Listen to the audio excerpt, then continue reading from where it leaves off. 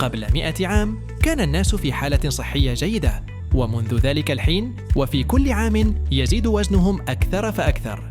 في منتصف القرن ال19 لم تكن هناك الكثير من الحميات الغذائية الشهيرة، وكان هناك عدد قليل جدا من مكملات فقدان الوزن، ولم يذهب معظم الناس إلى الصالة الرياضية، ومع ذلك كان الناس قادرين على الحفاظ على وزن صحي بشكل أفضل بكثير مما يمكننا القيام به الآن.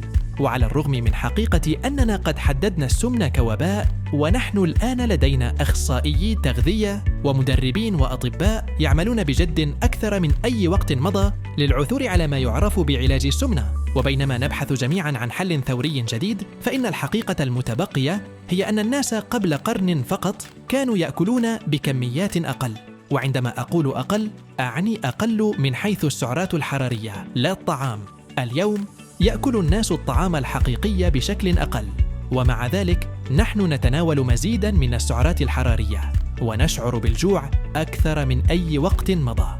يعود ذلك إلى حقيقة أننا نأكل الكثير من الأطعمة المعالجة والعالية بالسعرات الحرارية والغنية بالسكر والدهون. عند تناول هذه الأطعمة العالية بالسعرات الحرارية والتي لا تشبع، يميل الشخص إلى تناول كميات أكبر منها، مما يزيد من السعرات الحرارية. الآن دعونا نكون واقعيين، لن نعود إلى الستينيات.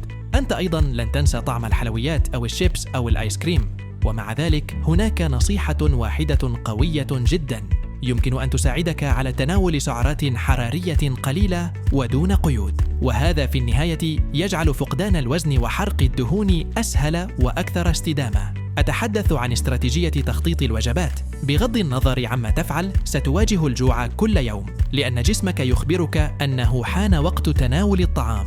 لن يحدث هذا أثناء اتباعك الحمية فقط، لأن الجوع هو شيء يجب علينا التعامل معه طوال حياتنا. إنه لن يختفي، والطريقة التي تتعامل فيها مع الجوع ستؤثر على صعوبة أو سهولة فقدان الوزن. لذا هنا يأتي دور استراتيجية تخطيط الوجبات.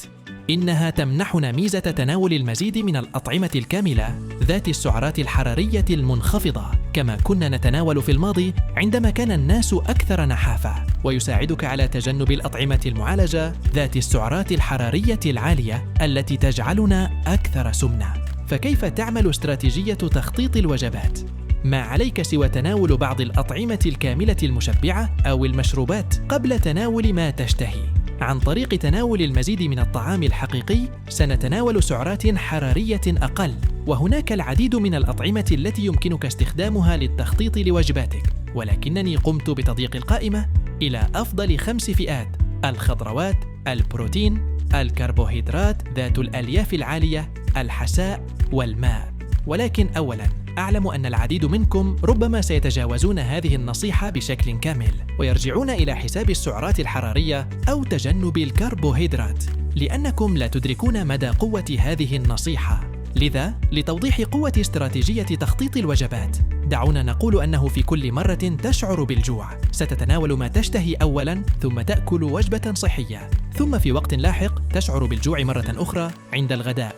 لذا تشتهي قطعة من البيتزا فتتناول 3 قطع، وعندما تحاول الانتقال إلى سلطة صحية لا تشعر بالرغبة في تناولها لأنك شبعت من إشباع رغبتك بالبيتزا. ثم في العشاء تشعر بالجوع وتتجه مباشرة نحو الآيس كريم، فتتناول الكثير من الآيس كريم حتى تفسد وجبتك.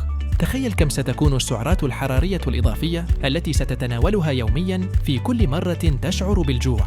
الآن من ناحية أخرى، إذا قمت بالتخطيط قبل كل وجبة مسبقاً، صحن من الخضروات على سبيل المثال ستملأ معدتك تقريباً بدون سعرات حرارية، وسيقلل هذا بشكل كبير من الجوع قبل أن تبدأ حتى في تناول أي شيء تعتقد أنك تشتهيه. والسبب في قولي أنك تعتقد هو لأن معظم رغباتك مرتبطة مباشرة بشهيتك. نعم، عندما تكون جائعاً هذا هو الوقت الذي تبدأ فيه في أن تشتهي كل تلك الوجبات السريعة، لكن بمجرد أن تملأ معدتك وتبدأ في الشعور بالشبع ترفض هذه الرغبات حتى ترفض التفكير فيها. البروكلي والقرنبيط والسبانخ والكرفس والخيار هي مجرد بعض الأمثلة على بعض الخضروات شديدة الشبع والتي تحتوي على سعرات حرارية قليلة جدا. حتى إذا لم تكن تحب الخضروات، عندما تجوع ستكتشف كم هو من السهل تناول تلك الخضروات. الآن، من خلال التخطيط المسبق لوجبة مليئة بالبروتين تحصل على تأثير مماثل. أولاً، وقبل كل شيء، البروتين فعال للغاية في تقليل الشهية. يزيد البروتين من بعض هرمونات الشبع، ويقلل في الوقت نفسه من هرمون الجوع المعروف باسم الجريلين. بالإضافة إلى ذلك، يتطلب البروتين الكثير من الطاقة للهضم، لذا ستحرق من 15 إلى 30% من السعرات الحرارية التي سيوفرها مصدر البروتين من خلال تناوله وهضمه. المصادر الرائعة للبروتين لتحميل وجباتك تشمل السلمون والبيض وصدر الدجاج والديك الرومي. وتذكر أن استراتيجية تخطيط الوجبات ليست مجرد استراتيجية رائعة لاستخدامها في وجباتك اليومية، وهي رائعة إذا كنت تخطط لتناول وجبة خارج المنزل، مثل الذهاب إلى حفلة عيد ميلاد. يمكنك قبل الذهاب أن تأكل وجبة من الخضروات والبروتين. إلى جانب الخضروات والبروتين، يمكنك أيضاً إضافة الكربوهيدرات العالية بالألياف، مثل الشوفان والحبوب السوداء والبطاطس الحلوة. أظهرت الدراسات أن الكربوهيدرات عالية الألياف قادرة على ملء المعدة وتقليل الشهية والجوع، وذلك لأن الألياف القابلة للذوبان تمتص الماء، مما يجعل الألياف تأخذ مساحة أكبر في المعدة وتمر عبر الجهاز الهضمي ببطء، مما يساعدك على الشعور بالشبع لفترة أطول. الماء بحد ذاته خيار آخر ممتاز. شرب الماء قبل الوجبة يمكن أن يساعد في ملء المعدة وجعلك تأكل بكميات أقل.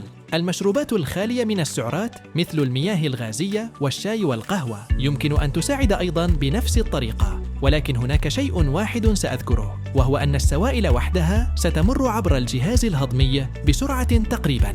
لذا، على الرغم من أنه تم إثبات أن شرب الماء يمكن أن يساعدك في خفض الشهية مؤقتاً وتناول كميات أقل، إلا أن الماء لن يساعدك حقاً في البقاء شبعاً لفترة طويلة.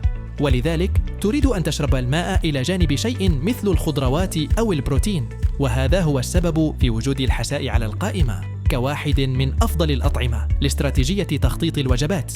الحساء الصحي الفعال لفقدان الوزن سيحتوي على الأمور الرئيسية، وهي البروتين والخضروات والماء. بالطبع يمكنك إضافة التوابل إلى حسائك مثل الثوم والبصل وأمور من هذا القبيل حتى يكون لديه طعم رائع. بعض الحساء الرائع مثل حساء العدس وحساء الدجاج وحساء الطماطم والخضروات. الختام هو أنه من خلال التخطيط لوجباتك باستخدام هذه الأطعمة ستقلل الجوع وستجعل من السهل تناول كميات أقل من الأطعمة الغير صحية. وآخر شيء أريد ذكره هو أن هذه الاستراتيجية تعمل بشكل جيد جدا مع الصيام. بالطبع لا تحتاج إلى الصيام لكي تكون فعالة، ولكن أحد أكبر عيوب الصيام هو الجوع. بحلول الوقت الذي يمكنك فيه تناول الطعام، سيكون هناك فرصة جيدة أن تأكل مزيداً من السعرات الحرارية أكثر مما حرقته أثناء الصيام. لذا يمكن أن تكون استراتيجية تخطيط الوجبات جيدة للقضاء على ذلك الجوع قبل وجبتك الأولى عند اتباع خطة الصيام. آمل حقاً أن تكون قد استمتعت بهذا الفيديو. تذكر أن تشترك في القناة وتضغط على زر الجرس. نلتقي بفيديوهات قادمة بإذن الله.